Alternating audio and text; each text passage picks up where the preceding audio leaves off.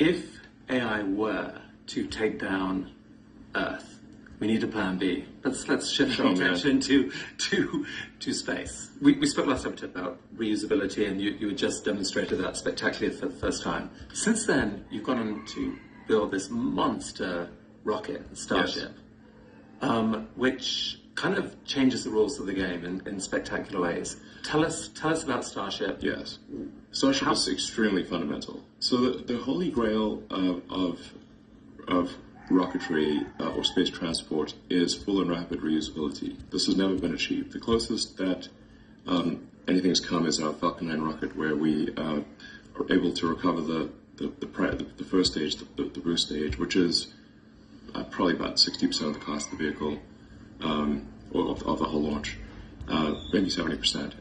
And we've now done that over 100 times. So with Starship, we will be recovering the entire thing. At least that's the goal. Right. And moreover, recovering it in such a way that it can be immediately reflown. Whereas with Falcon 9, we still need to do some amount of refurbishment to the booster and to the fairing and nose cone. So, but with Starship, the design goal is immediate reflight. Right. So you just refill propellants and go again. And this is gigantic. It just as it would be in any other mode of transport. And the main design is to basically take 100 plus people at a time, plus a bunch of things that they need to Mars. So first of all, talk about that piece. What is your latest timeline? One, for the first time a Starship goes to Mars, presumably without people but just equipment. 2, with people. 3, the sort of 100 people at a time. Let's go. Sure. Well, and just to put the cost thing into perspective, the cost of the expected cost of Starship putting 100 tons into orbit is significantly less than what it would have cost, or what it did cost to put our tiny Falcon 1 rocket into orbit. Just as the cost of flying a 747 around the world is less than the cost of a small airplane, a small airplane that was thrown away. So it's really pretty mind-boggling that the giant thing costs way less than the small thing. So it doesn't use sort of exotic propellants or things that are difficult to obtain on Mars. It uses methane as fuel, and it's primarily oxygen. It's sort of roughly 78% oxygen by weight.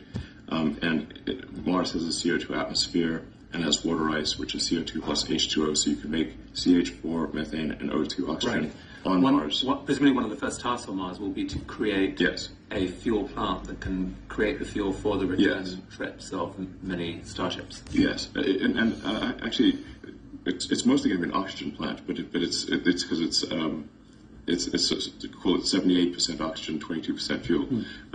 But the fuel is a simple fuel that is easy to create on Mars, and many other parts of the solar system. So basically, it's all propulsive landing, no parachutes, nothing thrown away. It has a heat shield that's capable of entering on Earth or Mars. We could even potentially go to Venus, but it's not. You don't want to go there. Venus is hell, almost literally. But you could. It's a generalized method of transport to anywhere in the solar system. Because the point at which you have a propellant depot on Mars, you can then travel to the asteroid belt and to the moons of Jupiter, and then to Saturn, and ultimately anywhere in the solar system. Right, but your main focus and SpaceX's main focus is still Mars. Like that is the mission. That is where most of the effort will go. Or are you actually imagining a much broader array of uses, even in the coming, the first decade or so of uses of this, where we could go, for example, to other places in the solar system to explore perhaps NASA wants to use the rocket for that reason? Yeah, NASA is planning to use Starship to return to the moon, to return people to the moon. So we're very honored that NASA has chosen us to do this. But I'm saying it is a generalized, it's a general solution to getting anywhere in the greater solar system. It's not suitable for going to another star system, but it is a general solution for transport anywhere in the solar system.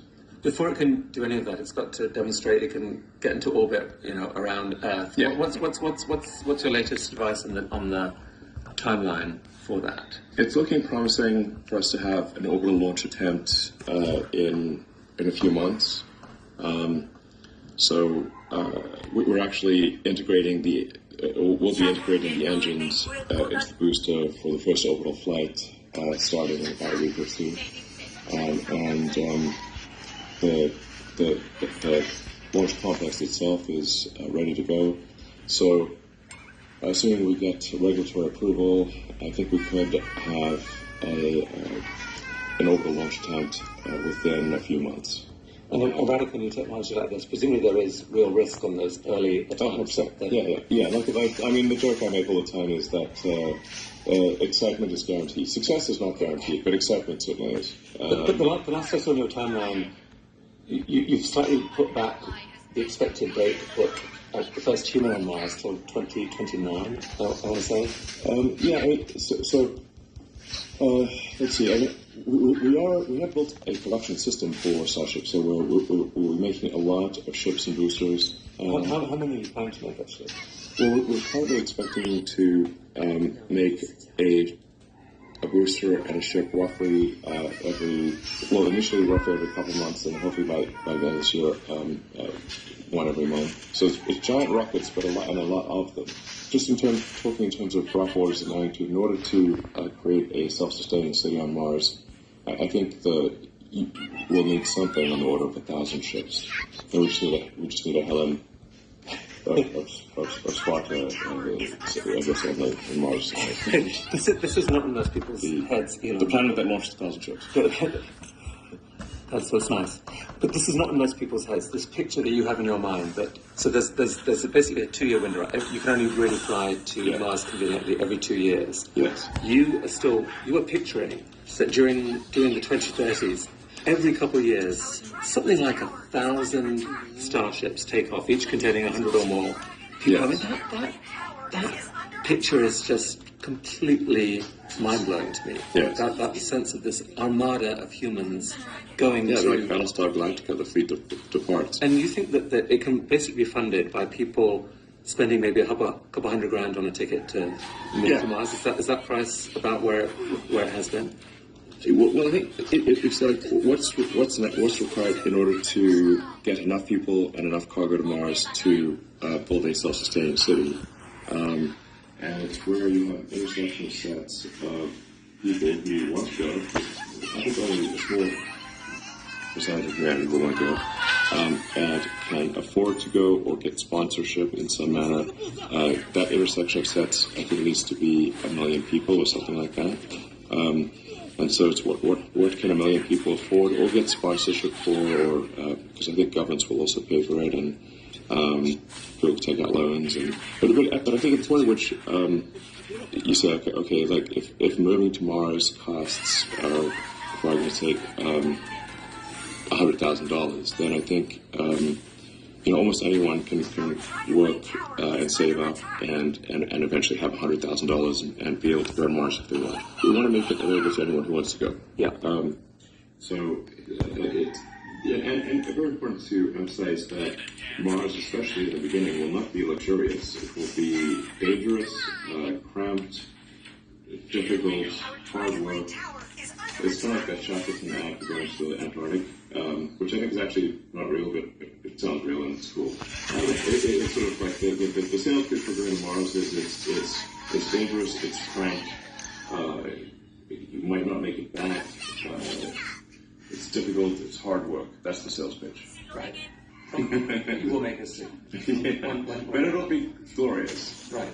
Oh, so on that kind of launch rate you're talking about, over 2 decades you could get your million people to Mars, essentially. Whose city is it? Is it NASA City? Is it SpaceX? It's the people of Mars' city. The reason for this, I mean, I have to say, like, why do this thing? I think this is important for maximizing probable lifespan of humanity, of consciousness. Human civilization could come to an end for external reasons like a giant meteor or supervolcanoes or extreme climate change or World War III or any one of a number of reasons.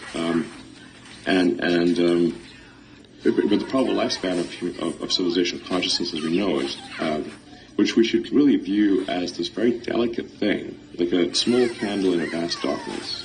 That is what appears to be the case. We're in this vast darkness of space, and there's this little candle of consciousness that's only really come about after 4.5 billion years. Yeah. And it could just go out. I think that's powerful, and I think a lot of people will be inspired by that vision. And the reason you need the million people is because there has to be enough people there to do everything that you survive. Really, the critical threshold is if the ships from Earth stop coming for any reason. Right. Does the Mars city die out or not? And so we have past that. That's people talk about like the sort of the great filters, the things that perhaps we talk about the Fermi paradox and where are the aliens, and like, well, maybe the aliens didn't. There is various great filters that the aliens didn't pass, and so they eventually just cease to exist. And one of the great filters is becoming a multi-planet species. So we want to pass that filter, and I'll be long dead before this is, a real thing. Before it happens. But I'd like to at least see us make great progress in this direction. Given how tortured the Earth is right now, how much we're beating each other up, shouldn't there be discussions going on with everyone who is dreaming about Mars to try to say, we've got a once in a civilization's chance to make some new rules here? Should someone be trying to read those discussions to figure out what it means for this to be the people of Mars' city? Well, I think ultimately this will be up to the people of Mars to decide how they want to rethink society. Yeah, there's certainly a risk there, and hopefully the people of Mars will be more enlightened and will not fight amongst each other. I have some recommendations which people of Mars may choose to listen to or not. And I would advocate for more of a direct democracy, not a representative democracy, and laws that are short enough for people to understand, and where it is harder to create laws than to get rid of them.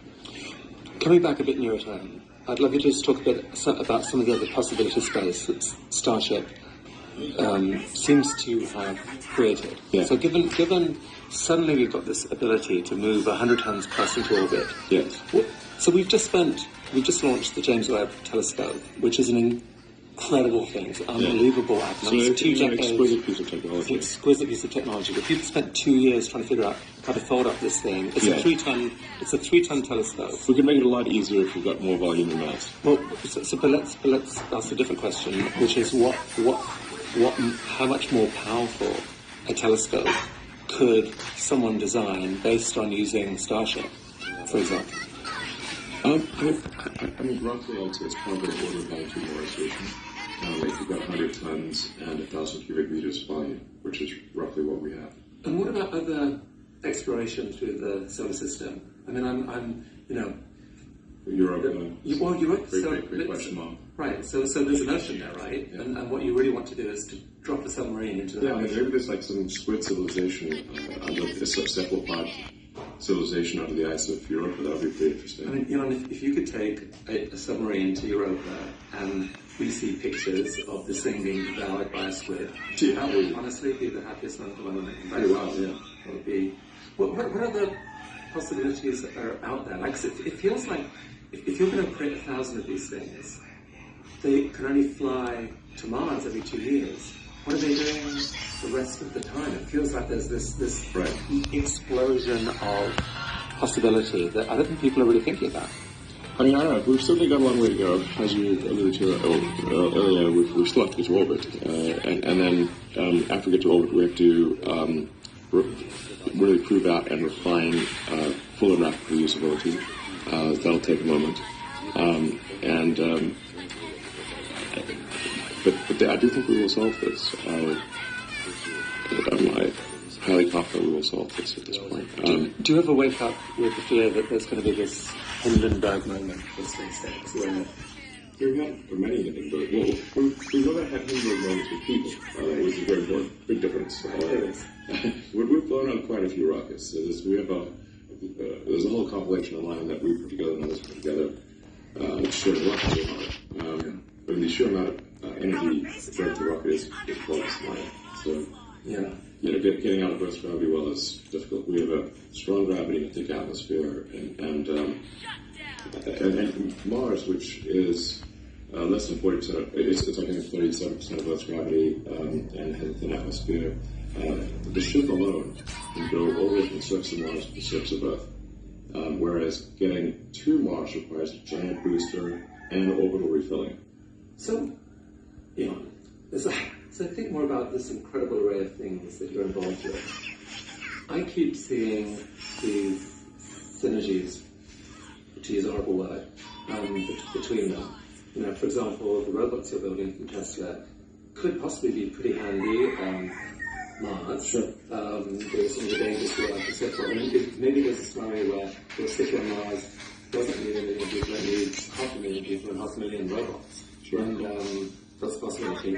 Maybe the Boring Company could play a role helping create some of those subterranean dwelling spaces that you might need. Yeah. Back on planet Earth, it seems like a partnership between Boring Company and Tesla could offer an unbelievable deal to a city to say, we will create for you a 3D network of tunnels populated by robo-taxis that will offer fast, low-cost transport to anyone. Full self-driving may or may not be done this year, and in some cities, like somewhere like Mumbai, I suspect won't be done for a decade. Some places are more flashy than others. But today with what you've got, you could put a 3D network of tunnels under it. Oh, it's just in a tunnel that's a self-driving. Exactly, full self-driving is a self-driving. So to me, there's amazing synergy there. With Starship, Win Shotwell talked about by 2028 having from city to city, transport on planet Earth. This is a real possibility. It's the fastest way to get from one place to another on long distance is a rocket. It's basically ICBM, right? With the but it has to landing to the canoe. Because it's an ICBM, it has to land probably offshore. Yes, it's pretty loud.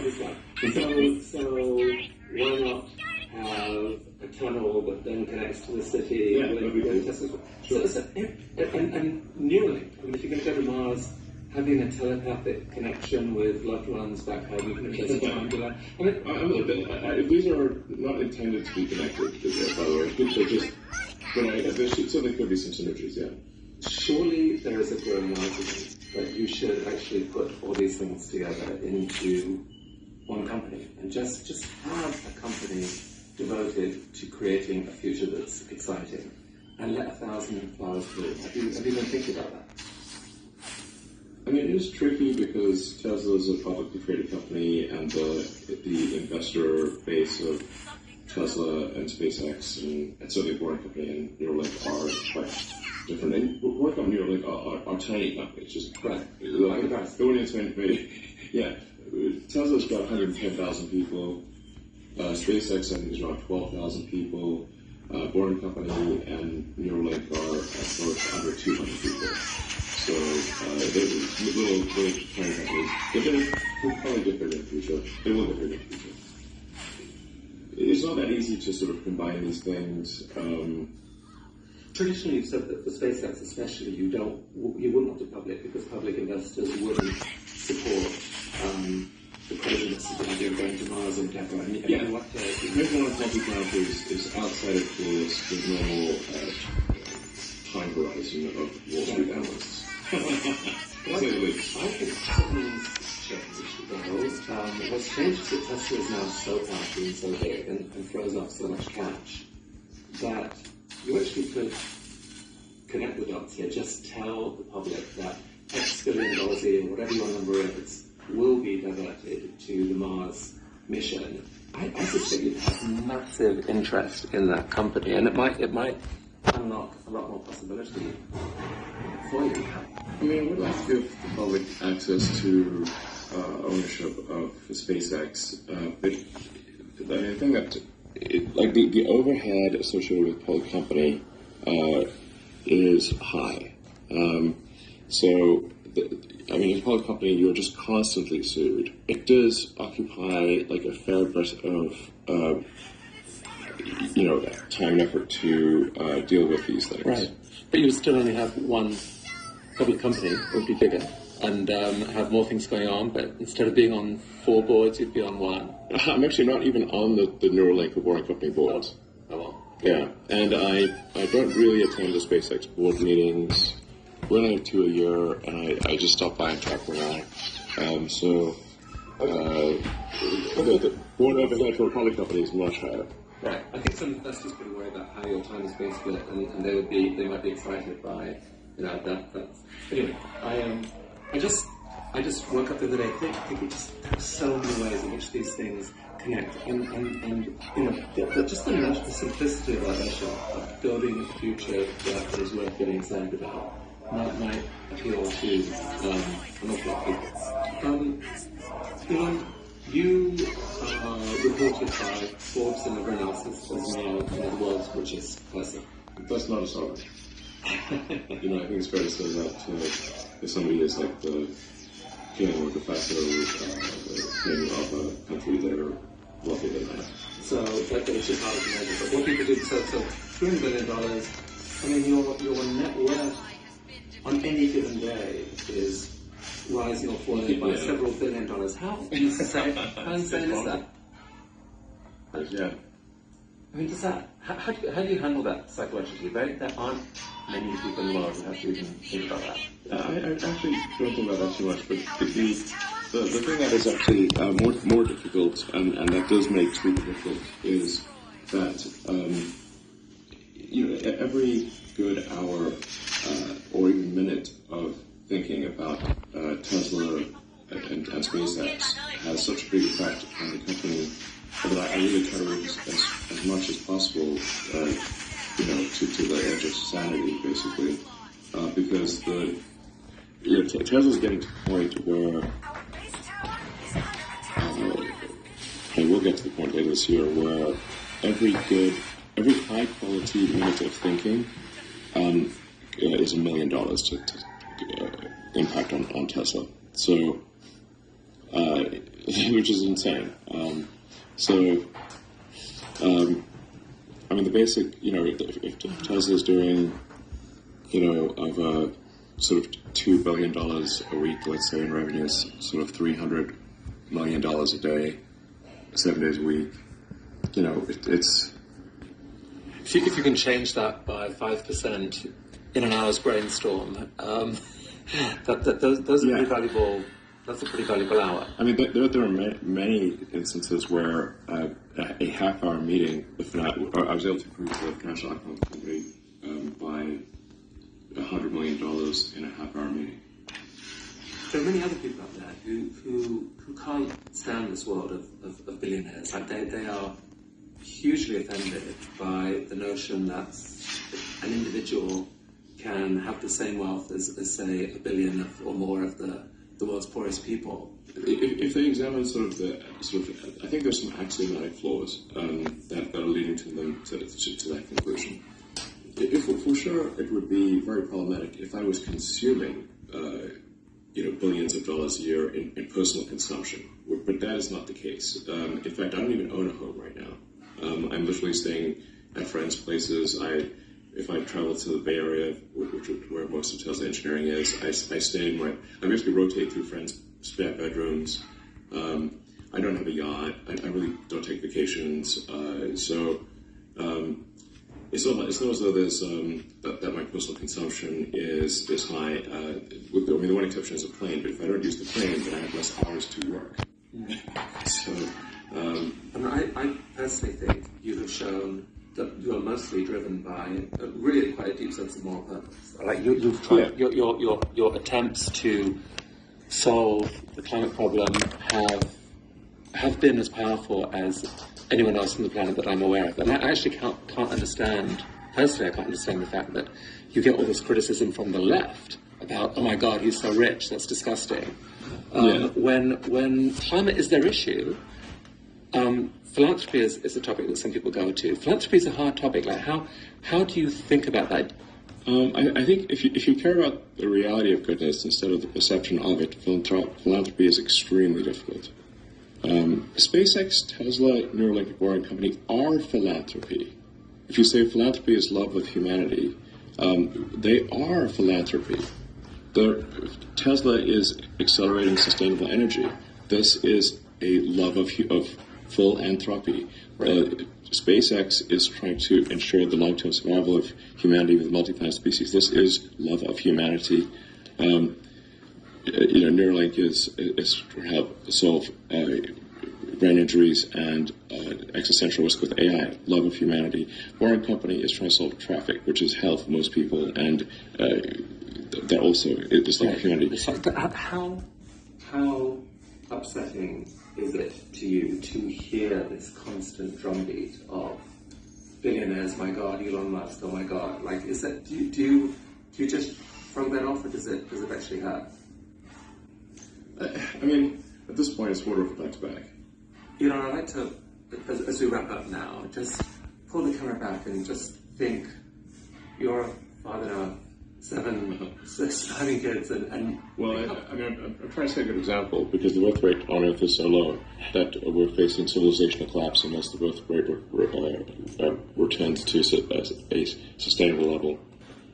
Yeah, you've talked about this a lot, that depopulation is a big problem, and yes.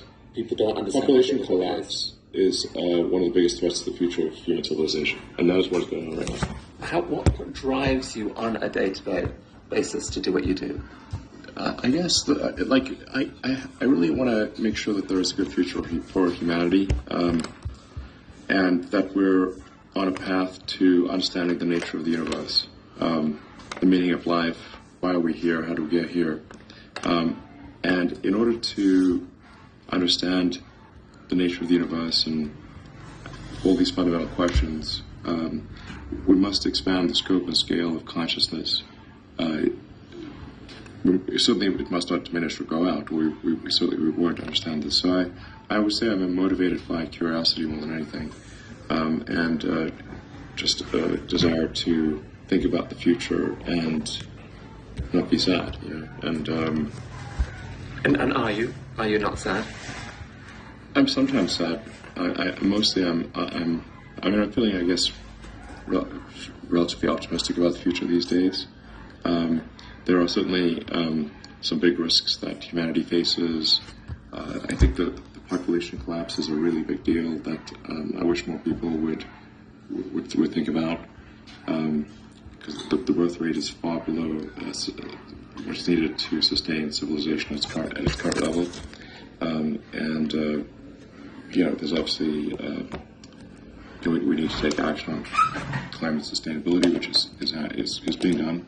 And we need to secure the future of consciousness by being a multi-planet species.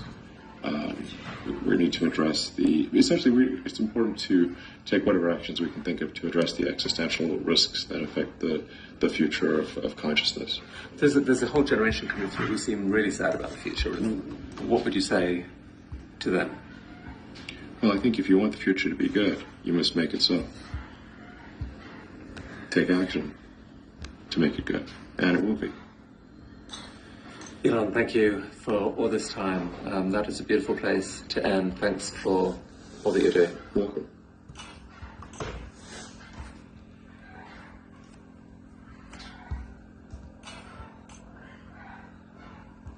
You get to where you want in life, just not in the way you imagine. And that's because the path that's paved up and down is far different to the path we pave. I've always had friends who are older than me, and I could see a lot of them in the most successful careers, successful jobs, beautiful partners, whatever it was, but I saw a sense of lack of fulfillment, meaning and purpose in their lives. And I've always been an observer, and I would see these people who are like 5 years older than me, 7 years older than me, maybe 10 years older than me. And I'd be watching them and go, is that the life I want? And often the advice I give to people today is, fast forward where you are, look at yourself in 10, 15, 20 years' time, and ask yourself the question, is that where I want to be?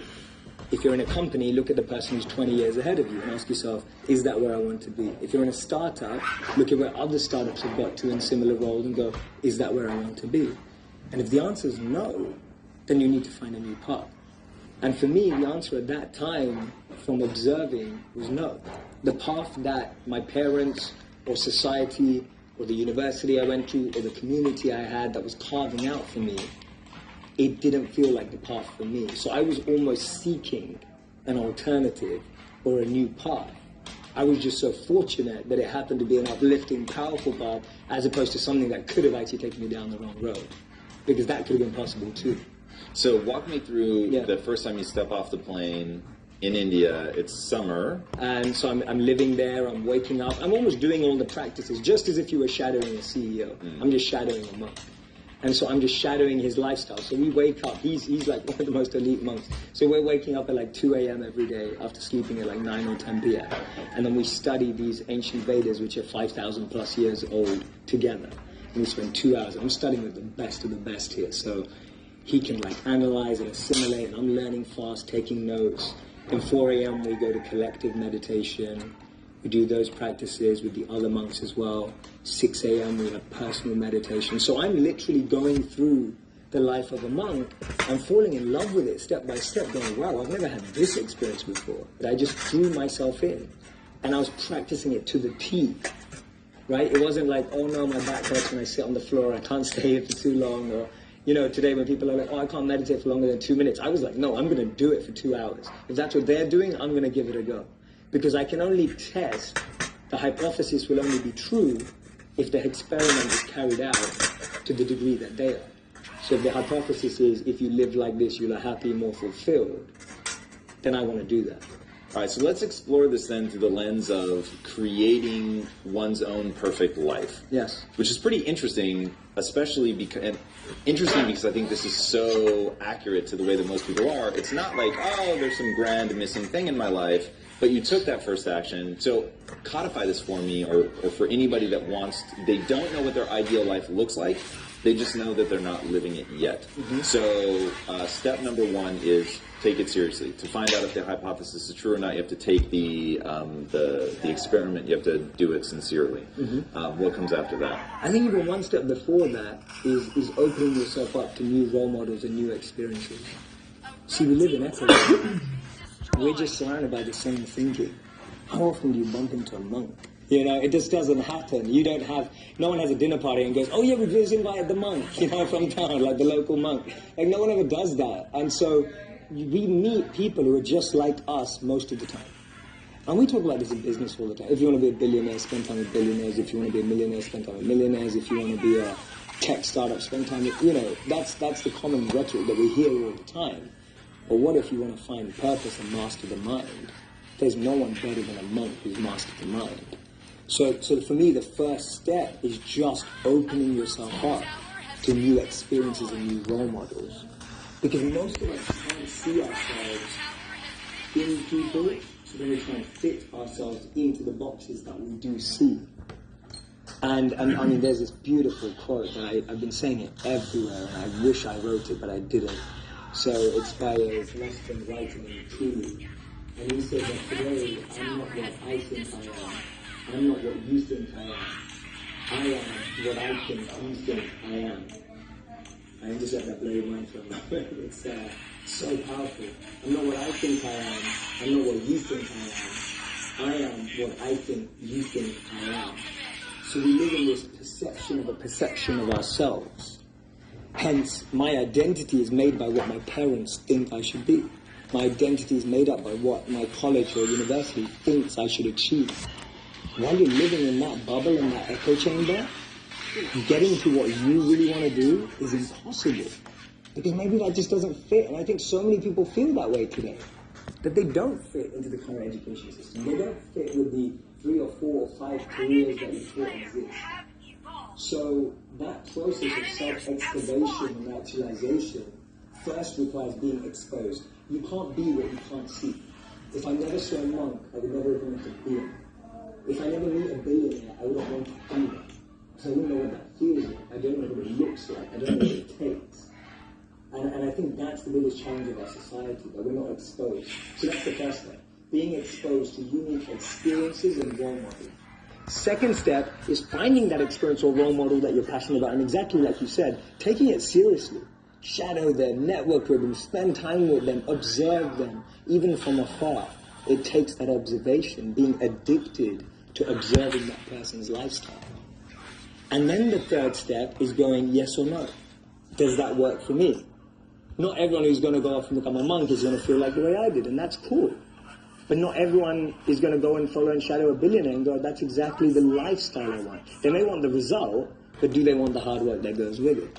And so for me, that's the third step. It's observing, focusing, shadowing, getting as close to the process of that individual, and then going yes or no. Do I want that process? Not do I want the result. Everyone wants to be that monk who's fully enlightened, can walk through as an incredible aura that people just gravitate towards. But when you realize he has to wake up at 2 a.m. every day and sleeps about 4 to 6 hours, you're like, I don't want to do it. That doesn't sound like me. So, all right, so a couple things. One, you said he's as powerful as he is. Yeah. Define powerful. Power being, so from a monk's perspective, the greatest power is to be self-controlled. To be able to train the mind and energy to focus it exactly where you want it and when you want it to be.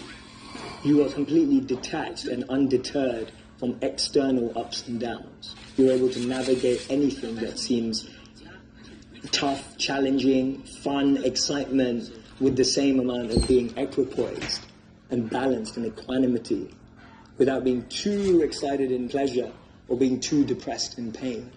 But knowing how to navigate every situation, to me, that's great strength and great power. I heard in one of your talks you were saying that if you look at a literal lifeline, a heartbeat, for instance, it's up and it's down, and people have this sense that something like enlightenment would be that the equanimity forever, and just an even keel. And you said, but what does that resemble? It resembles a flat line when you die. Correct. So what is it like? What I love about you is you sort of went into the wilderness of being a monk, but you brought it back to the real world. Because when you talk about a monk, you talk about them being detached, and that, to me, seems like the only real way to have that sort of super even-keeled existence, which is not appealing to me personally. So if you're bringing back that notion of power, of having control over yourself, not letting your emotions take you everywhere, but knowing that life is the series of ups and downs, what does that power look like when it's brought back? Absolutely, and actually that's the whole aim of monk training. It's more like a training system than it is a lifelong commitment. It is bringing that mindset into the real world where you get to test it. Now, I got to do that for real when I left being a monk around 5 years ago. And when I left, it was like, oh my God, I'm in the real world now again. Real world.